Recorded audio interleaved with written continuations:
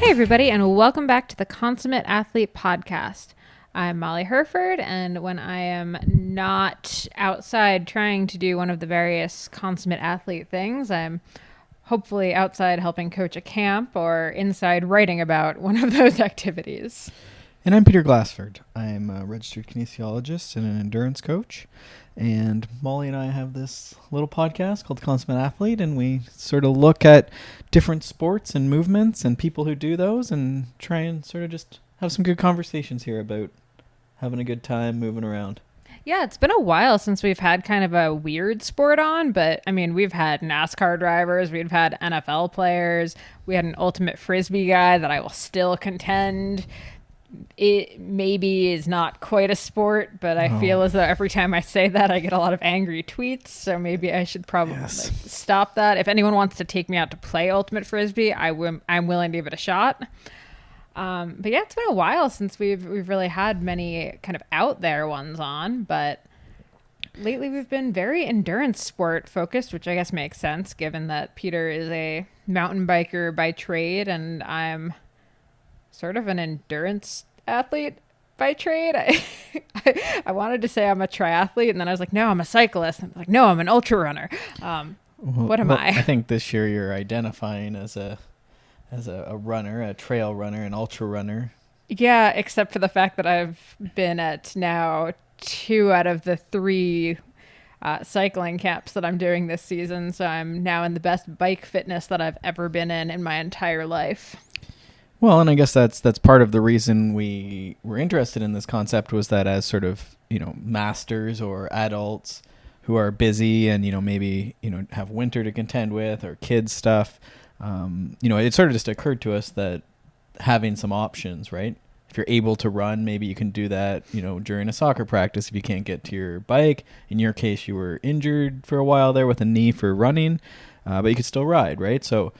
And it all sort of works out in the end. There's been a couple. Alan Couzens actually had a really nice post. He's a super smart guy. He does a bunch of coding. He's actually a coach, but has learned how to code. And so he always pulls out really cool data. And he did a good post here recently that I'll link to in the show notes, but you can probably Google it.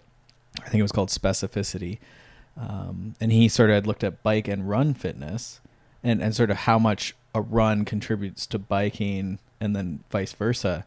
And he actually found some really interesting stuff. Like it was actually pretty good transfer both ways. And, running, obviously you don't do it as long, but it was interesting. Sort of like 2/3 return basically was sort of the roughly how it worked out. But all right, that's pretty good. I'll live with that.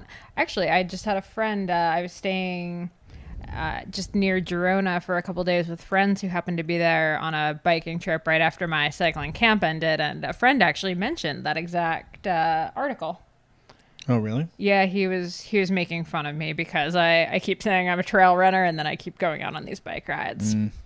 Well, and then there was we talked about this when David Roche was on, but we talked about the gentleman who won, Rob Carr, something like that. He won Leadville Run, but that was the week after the Leadville Bike, which he also did quite respectably. I believe Leadville 2021 is now on our calendar, possibly 2020. I guess not necessarily related, but that's good. Maybe if you consider us a team, I guess maybe that's. Which, if you listened to the episode 2 weeks ago about how to train with your partner, we are a team, Peter. We're a team. I guess. Apparently, it was cute. So let's keep the show rolling here. So what's going on? Well, you go with your one thing first. I'm going to say spices. So we're going to talk a bit about nutrition today, as always nebulous, but one thing that I am very good at eating very bland food and repetitive food, which I think has served me well in some ways, but like any, I guess, gift or talent, at some point it kills you. So I think Molly was away there for a week, so it gets even worse when Molly's away.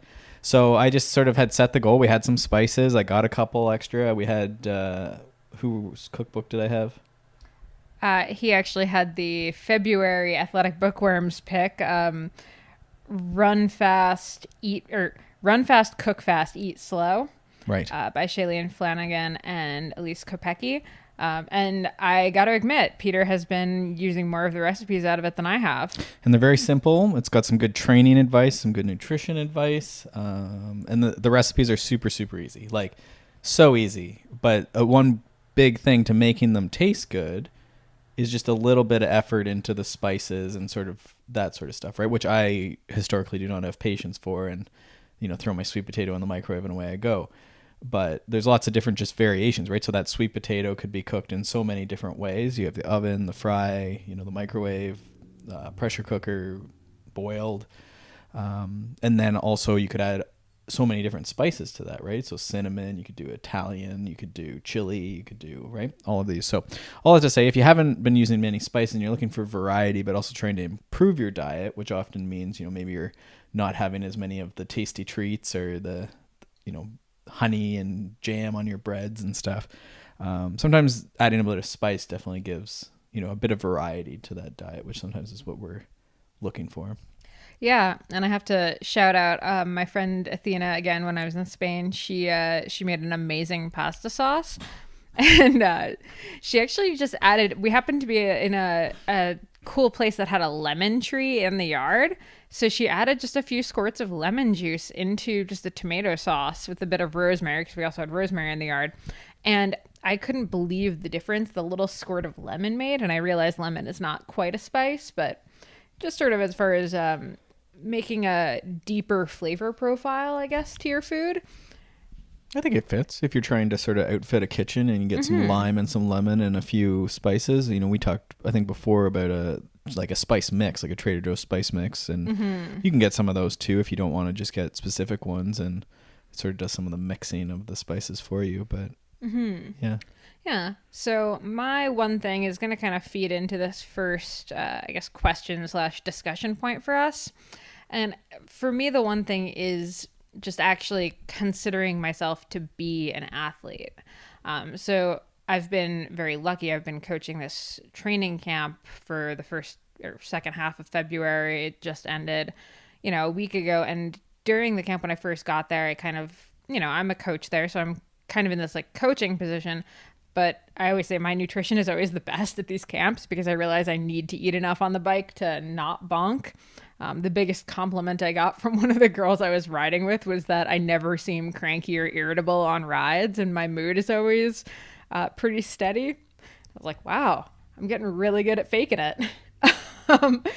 But I just kind of made myself actually act like an athlete, going to bed early, doing the foam rolling, eating like an athlete should, both on and off the bike. And I think very often we kind of get away from this idea of thinking of ourselves as athletes. We think of ourselves as people who have that 7 to 10 hours or whatever to train every week. And in maybe that hour, we're an athlete, but then the rest of our lives, we're not. And I think if you can just kind of shift the switch in your brain to being an athlete all the time, it actually really helps with the making your nutrition better, taking better care of your recovery, just kind of playing the part. Fake it till you make it. Yeah, and I think we had the Brave Athlete people on, and one of their questions, which I also then stole I always steal questions from around different people, different intake forms, and they had one about how do you see yourself as an athlete, or do you see yourself as an athlete, right? Which has a lot wrapped up in it. That's why I like those questions. It sort of sparks conversation and sort of you learn about people. But I think that is the question, right? It's not. There's a disconnect sometimes between the training and then also the effects of off bike, right? And so much, especially for masters athletes, so much can be had in the sleep, in the diet, in the stress reduction, without even training, right? We know of several people who I wouldn't even say really train, and they're quite capable. Like their skills are very good, but generally they're just very fit, but it's not like they have huge training hours or they're sitting indoors on indoor trainers or anything. Or even have like big racing goals. True. Yeah. I think that's actually been kind of the more interesting thing both with this podcast and I think I'll say like my athletic trajectory is this weird realization that I don't necessarily have huge goals as an athlete, but I do want to be... Except for Leadville 2021.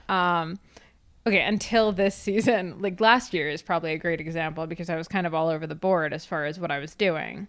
But I still wanted to be in this consummate athlete shape where I'm still quite athletic and can jump into most sports and be pretty comfortable. So I don't think you have to have a racing mindset to consider yourself an athlete. No, I don't think so. I think you can do it a few different ways for sure. Like you can have just you're trying to improve yourself, right? Yeah, exactly. I think we tend to maybe forget that a little bit as we're kind of in our little zone of being competitive athletes.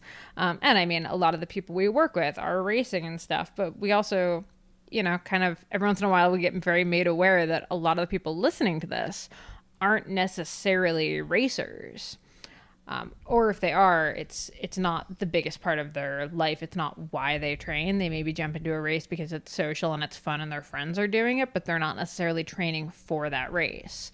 They're riding bikes or running or, rock climbing or doing whatever just as an enjoyable activity and as one to keep them healthy, not necessarily fast, which is totally okay. So one of the points of discussion we had for today was actually from a listener who doesn't necessarily, I guess, identify as an athlete or doesn't necessarily fit the stereotype of what you think of when you think of an athlete.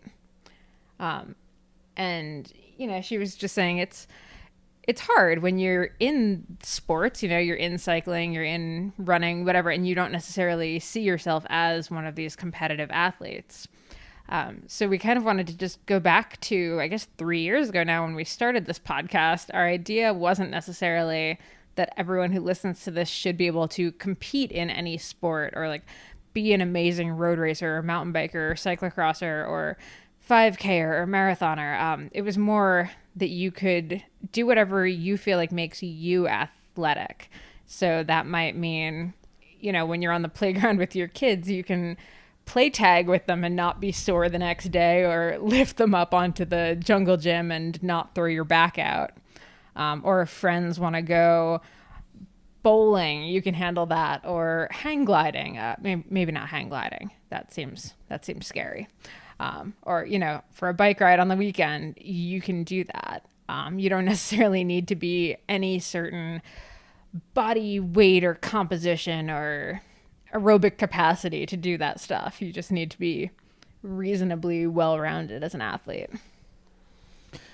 Yeah, and I think the question, there wasn't necessarily a question, I guess. I guess it was sort of a request for maybe more varied guests, I guess, if I put it in the most blunt sense, I guess. But the person who listens, and thank you for listening, it sounds like they're doing great. Like they have a great routine. They're, I would say, a consummate athlete. I know, right? Tons of different exercise or different movements, different sports in there for sure. Definitely biasing, it looks like, towards more duathlons and sort of endurance sport. Yeah, I think the only thought we had, and I think where with this podcast, again, that's sort of maybe why we started the intro with a little more extended of what the podcast is, I think what we were feeling, and I know several of my clients and friends we have and stuff, as you get older and less, you've sort of given up on the Tour de France,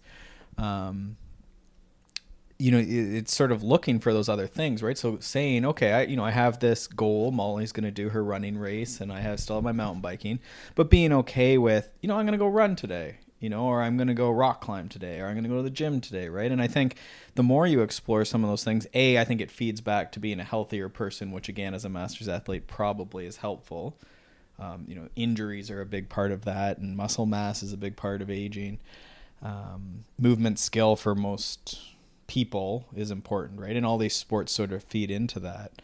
But more so, I think what potential benefit is there is that you might find a community that you really jive with, right? That could be in a CrossFit gym, that could be in a rock climbing gym, that could be, a hiking group. It could be any variety of the podcasts we've had, right? Krav Maga, it could be, any of these things. Yeah, I mean, realistically, I always say cyclocross is maybe my weakest sport as far as results go.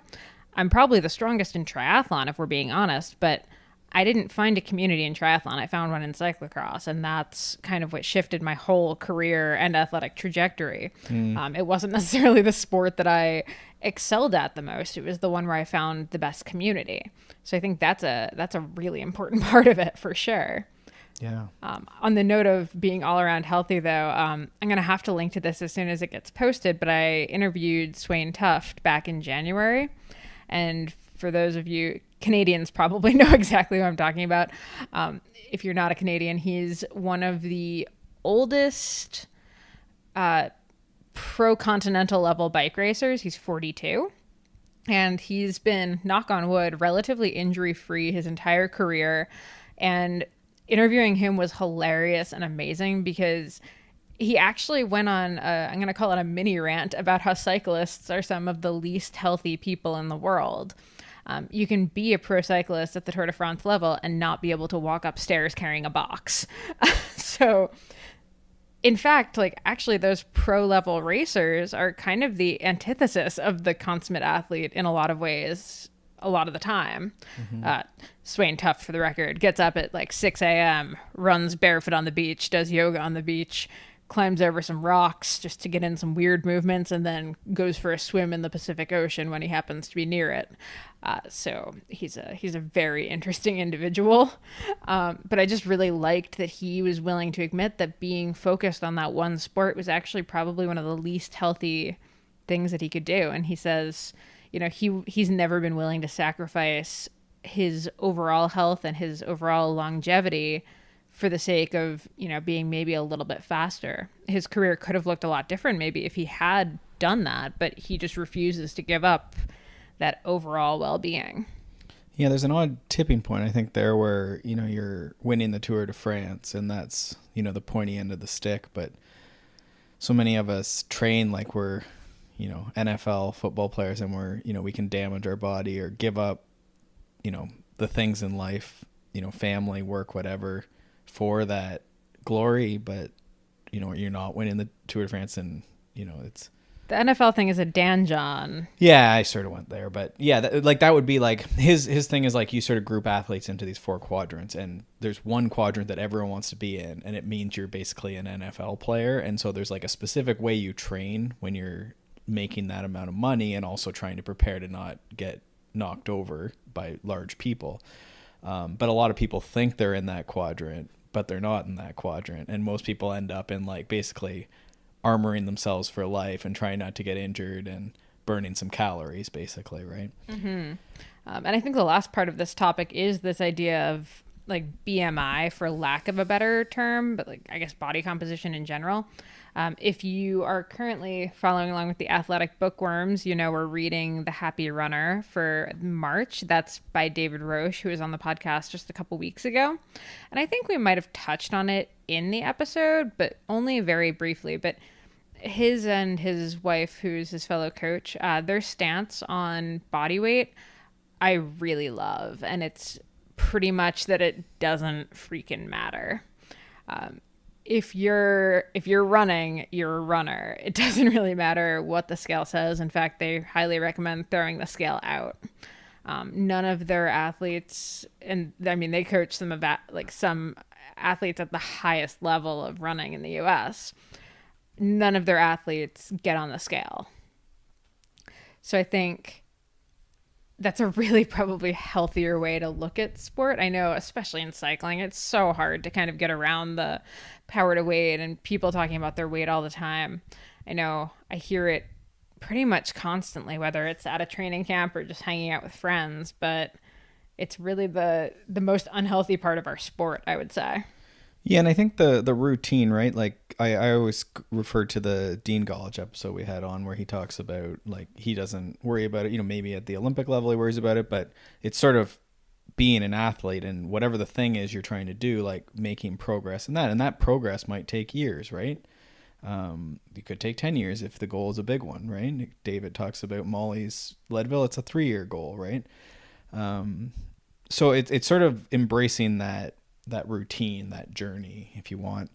But acting the athlete part, is a big part of it. And I think, you could say, okay, BMI or body weight, like it matters, but you can also have examples where it doesn't. David, I think in the article talks about like a strong man whose BMI is really, really hard. And that's fine because you can say, okay, he's a strong man, like he's doing his sport and he likes it, right? But it becomes sort of troublesome when you see the stick thin person, right? And I think that's the dilemma that a lot of people see, is that that's what's in the running magazines and stuff like that. Mm-hmm. Yeah, it's definitely a tough one to wrap your head around. And I think the tough part, I think where David circles back in the article, if I'm not mistaken, is that everyone deals with that, right? I would be lying if I said I don't deal with it, right? Like, all the guys are very skinny who mountain bike, right? Mountain biking's a little bit more forgiving than maybe road, but not so much, right? And I've always been benefited by the fact that I'm on the lighter side and the smaller side. Yeah, and I mean, I'll thoroughly admit, when I started working with David, one of my like worries that I told him as far as my intake form went was like body composition, and the first thing he said to me was like, "You absolutely can't worry about that. Like, Right. That's ridiculous." Yeah. So I don't know. It's tough. There's no answer, but I think maybe the thing is that all I can say is that, like, a lot of people who are,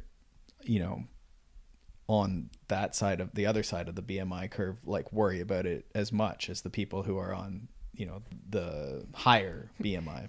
If you're in athletics, you probably have worried about this at some point. So yeah, I think finding good coach, good community, embracing the routine, healthy habits, that sort of stuff. Like, I think that's ultimately where it is, right? And just being surrounded by people that do that and are thinking in that way, right? Thinking about the goal, the output, Yeah, and then before we move on, just one last thing is, a couple weeks ago we had on a quote unquote real life consummate athlete. So it was just one of our listeners who, jumps into a bunch of sports and tries a bunch of different things, and, just average guy.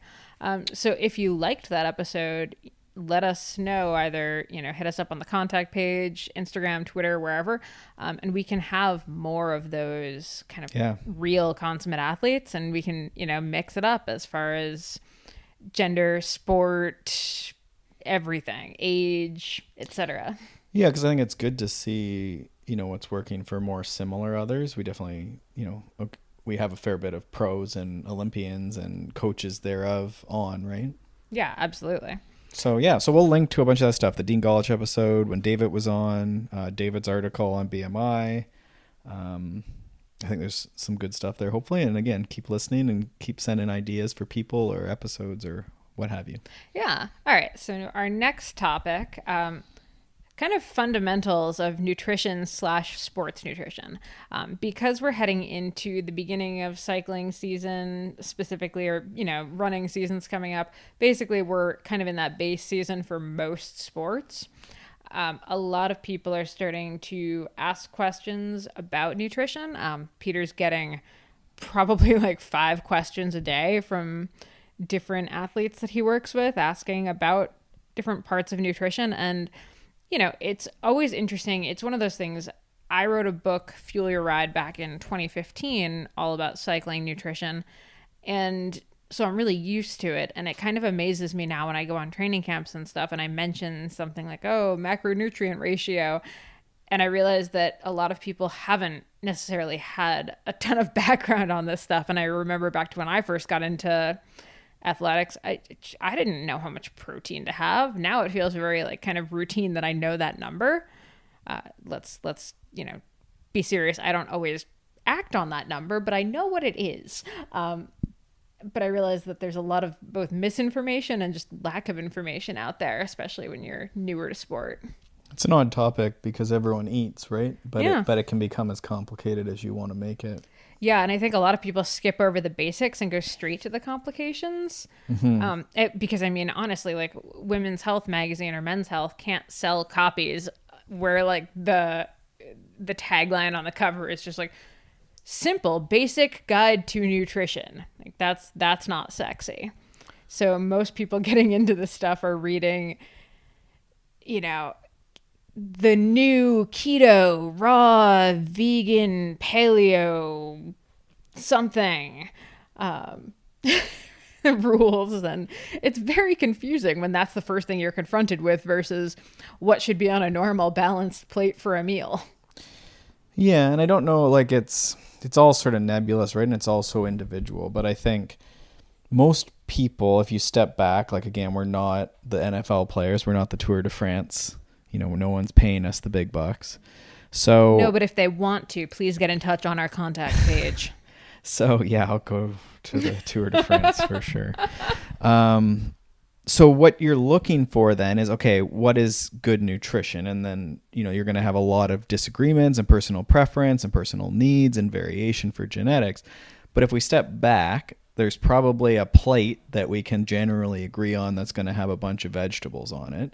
And from what I've seen, I work with a fair number of people, both coaching and training plans and phone consults and one-on-one consults. So I've seen a fair bit of what people do, and this is mostly busy masters. Most people would do really well just to have more meals in their day that have vegetables in them, right? Absolutely. And some sort of framework. And I really like Precision Nutrition. You can Google this. They have really great infographics, really simplified things.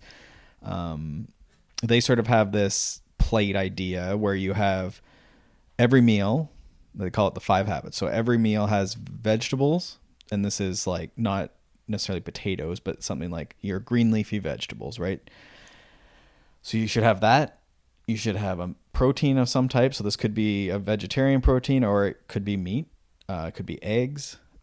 So maybe you have like eggs in the morning, maybe you have like a bunch of lentils and whatever beans and stuff in a maybe tuna or whatever in a salad at lunch. And then at dinner you have like a steak or whatever, or again, name your vegetarian protein.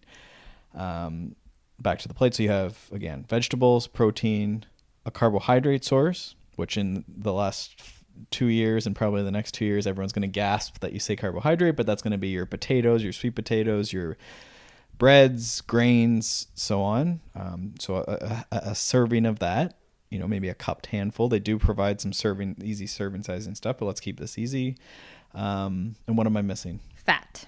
Thank you. Yeah, so like a thumb of fat. So you're going to have like maybe some avocado, maybe some olive oil on your salad, maybe a pat of butter on your salmon at dinner.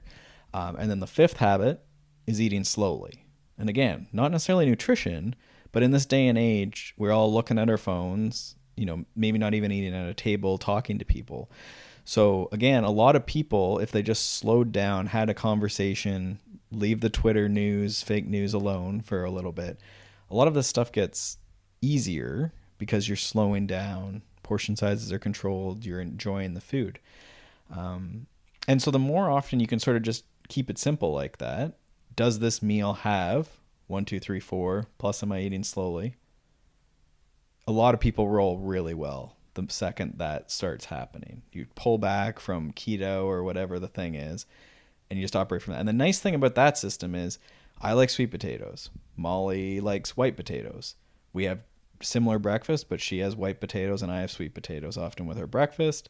And then we have a ton of spinach, eggs, and then either we have like avocado or we cook it in some oil of some type, or what else do we put on there?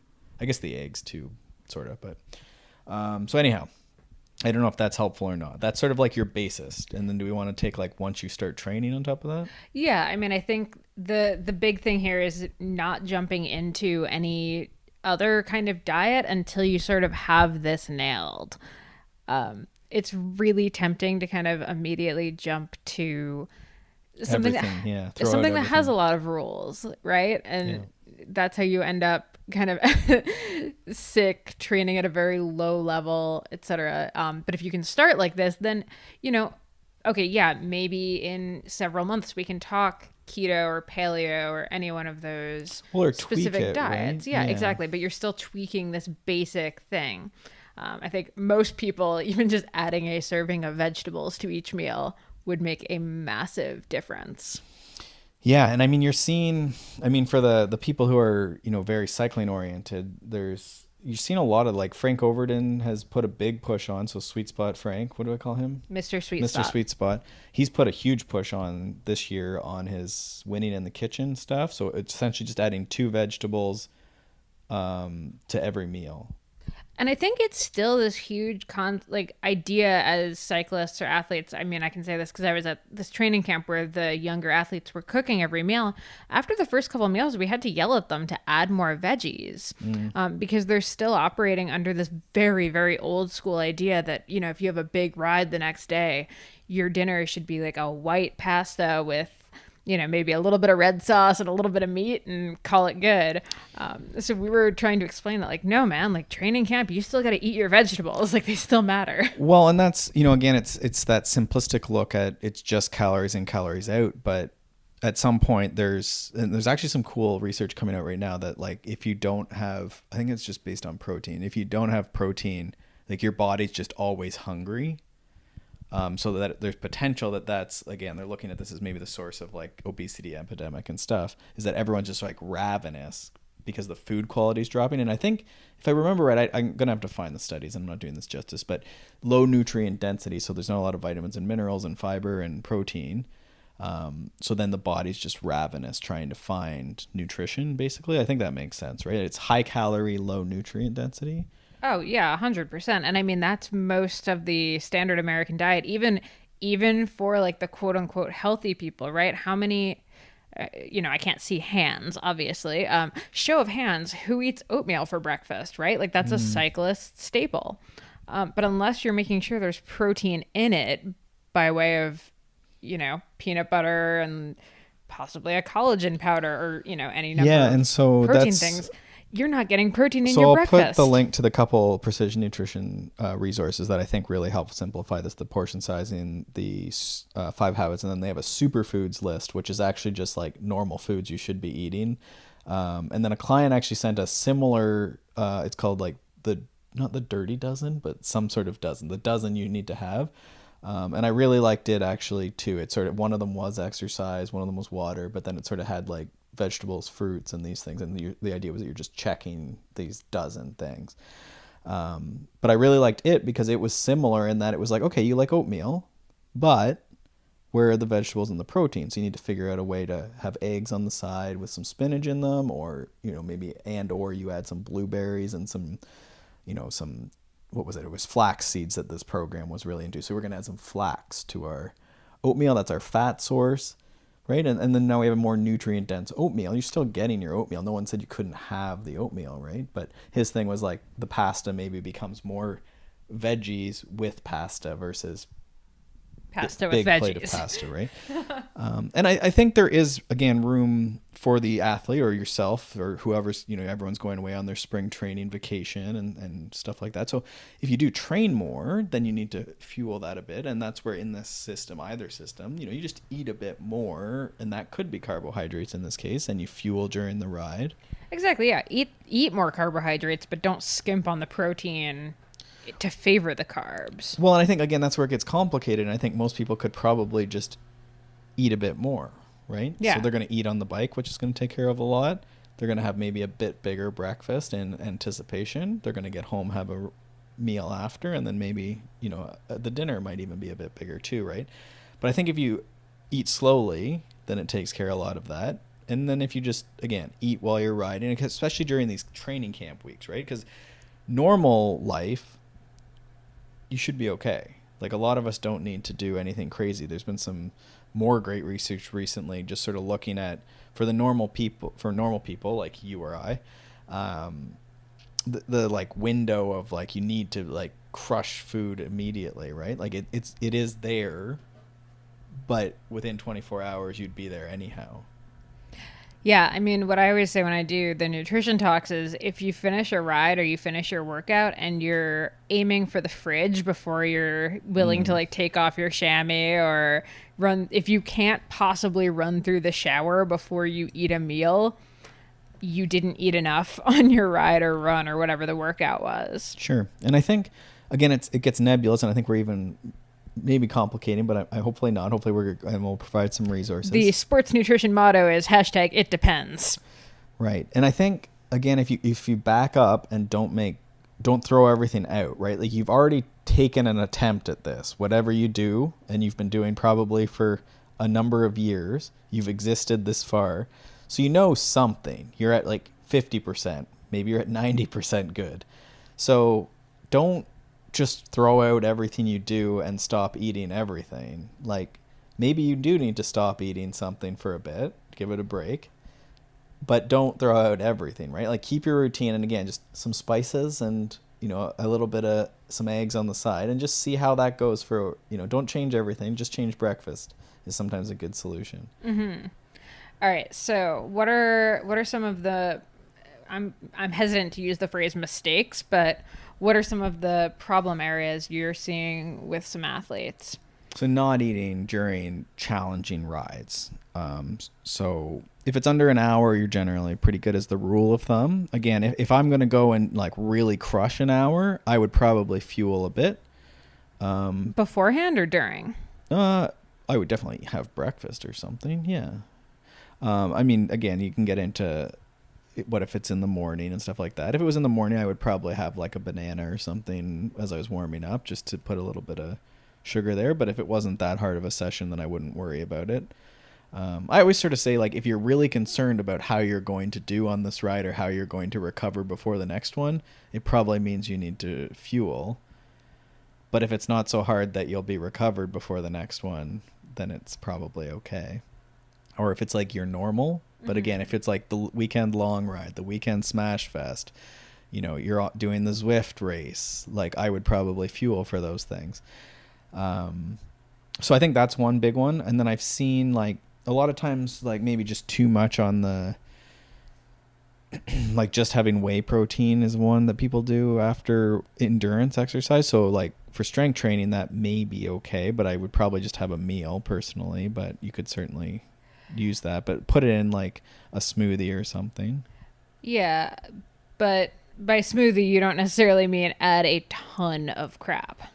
Well, certainly the liquid food, the like more processed food can get easier to overconsume. So you have to sort of look at your situation, right? Like, I guess, yeah. I mean, most people again could just go back to the 5 habits and just have a normal meal and probably more enjoyable, right? But then some of us are running at the door or something, and that's fine too. So yeah, a smoothie could just mean like berries, maybe some greens in there to get your serving of greens, and then some whey protein, flax seeds, because those apparently are the key thing. Yeah, it just doesn't have to be a billion things in the smoothie. No, I think, again, it can get like, you can really pack a smoothie, which some people may have to do. Again, that might be a good solution if like you're really deep on calories and you're trying to do it. But yeah, I don't know. Like it's things like drinking calories can sometimes be. I feel like that's Matt Fitzgerald's like number one. Like he says it's not good? Yeah. Okay, good. Then if Matt Fitzgerald says it, I'll say it. So if I was trying to lose weight, I would not drink any calories. Many calories. Yeah. Like I would pick, again, I might use like a sugar powder if I was racing. But I wouldn't be having my glass of milk with dinner, or orange juice with breakfast, or a smoothie likely. Okay, I'd like to hear from you guys on Twitter. Who actually has the glass of milk with dinner? I don't know if that's a Canadian like farm thing, but like I was raised on a glass of milk with like every meal. I mean, when I was a child, yes, it was choco milk at dinner, and it was amazing. I can't comment on your country, but that's a New Jersey thing. Okay, there you go. You made it a state thing.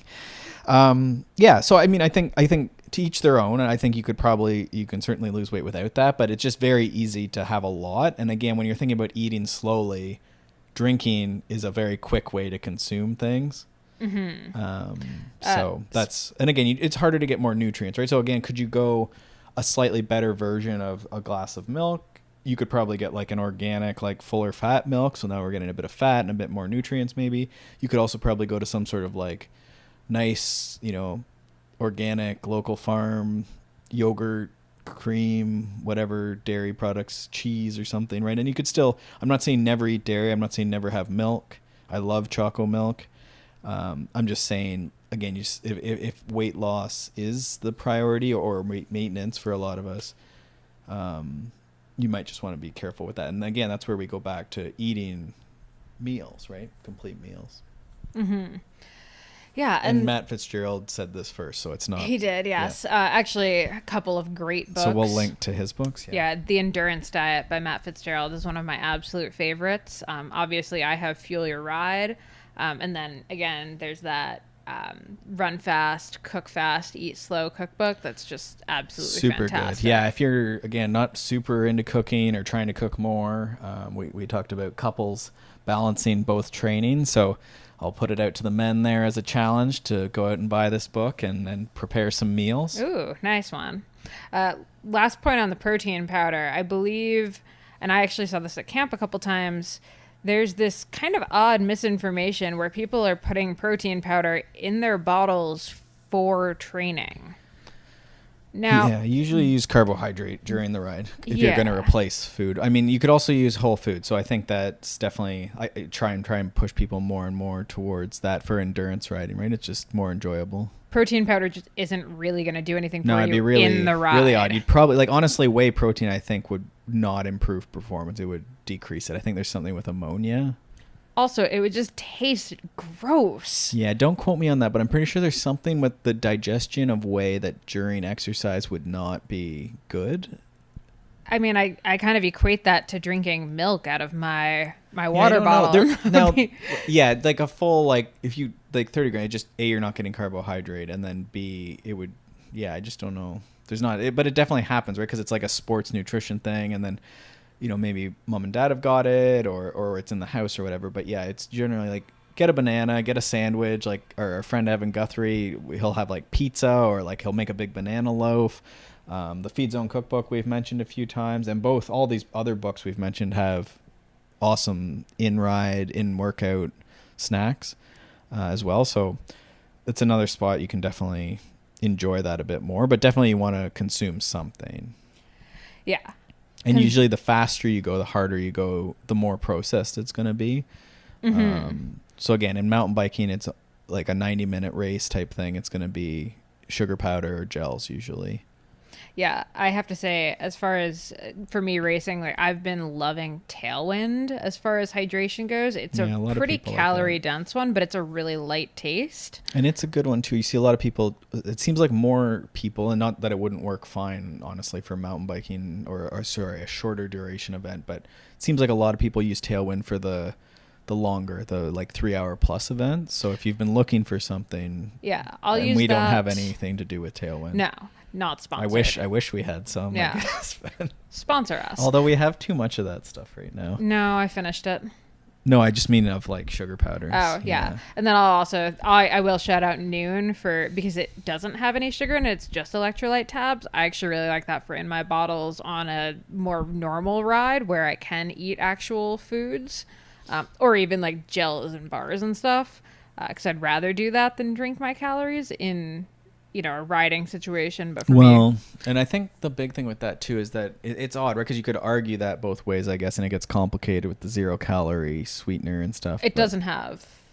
But I think more so for someone like you will just not drink unless it basically tastes like juice. Pretty much. So you're sort of in a tricky spot. So I definitely find that if I use that or something similar, I'll drink more, which may be good depending on who you are. And like if it's super hot out and you're just not a drinker, it might be good, right? And shout out to my dad who just does like lime and salt in his water bottles because when he can't have a margarita, he might as well have almost a margarita. There's like an old school wisdom to that, right? Like we used to just do stuff like that. So, I mean, I think definitely I had a client the other day, I was saying like you can all the old Joe Frill training Bible. I'm trying to think where else. Maybe Roar has it, or no, your book has it.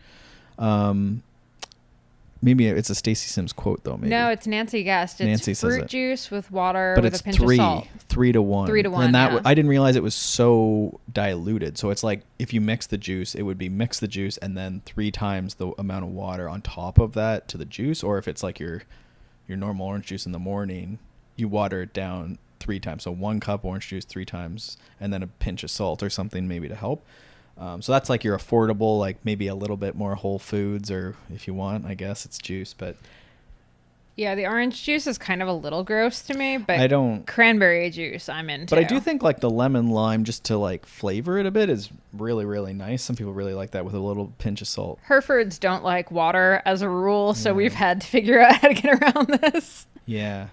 So hopefully there's something there. I think beyond that, I think if we're going to just tail off this, so we've talked about in your day, not big changes, keep it reasonable for most meals, don't overthink it. I think have a framework. I guess the only thing we haven't talked about is like, just because like one day you go out for Thai food and like there isn't a vegetable in the Thai food, technically it's fine. Like, just get back in the framework, right? And so if you have that framework, that's where you live like most of the time, and then you can sort of like, for the situation, right, like the worth it meal at Thai, or that big endurance workout probably doesn't have vegetables, shouldn't have vegetables during it, and that's fine, right? And then you come back to the framework. Yeah, I think that's good. Right. If anyone has any specific nutrition questions, definitely hit us up. We have nutritionists on tap that love talking about this stuff. Yeah. Obviously we have a fair amount of experience, and we love chatting about this kind of stuff. So if you have more specific questions, you can find us over on our contact page at consummateathlete.com. You can find us on Twitter and Instagram at Peter Glassford and at Molly J. Herford.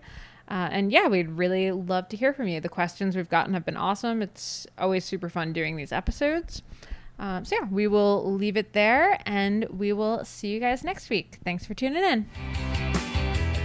Thanks so much for tuning into the Consummate Athlete podcast.